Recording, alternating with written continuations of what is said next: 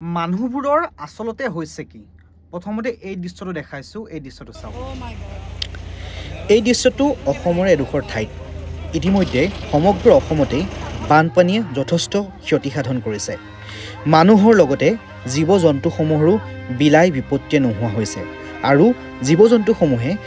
ওখ ঠাই বিচাৰি এনেদৰে মানুহৰ বাসগৃহ বা গাঁৱে ভূঞে ঘূৰিব লগা দৃশ্য আপোনালোকে ইতিমধ্যেই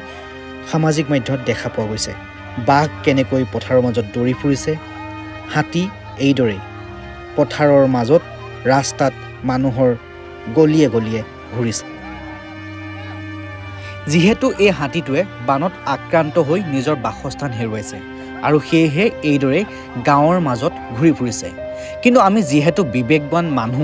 আৰু মানুহ হিচাপে আমি এই হাতীটোক তাৰ গন্তব্যস্থানলৈ উভতাই পঠোৱাত আমি দায়বদ্ধ হ'ব লাগে কিন্তু তাকে নকৰি একাংশ লোকে হাতত টাঙোন লৈ এই হাতীটোক মাৰিবলৈ উদ্যত হোৱা বা খেদি ফুৰা পৰিলক্ষিত হৈছে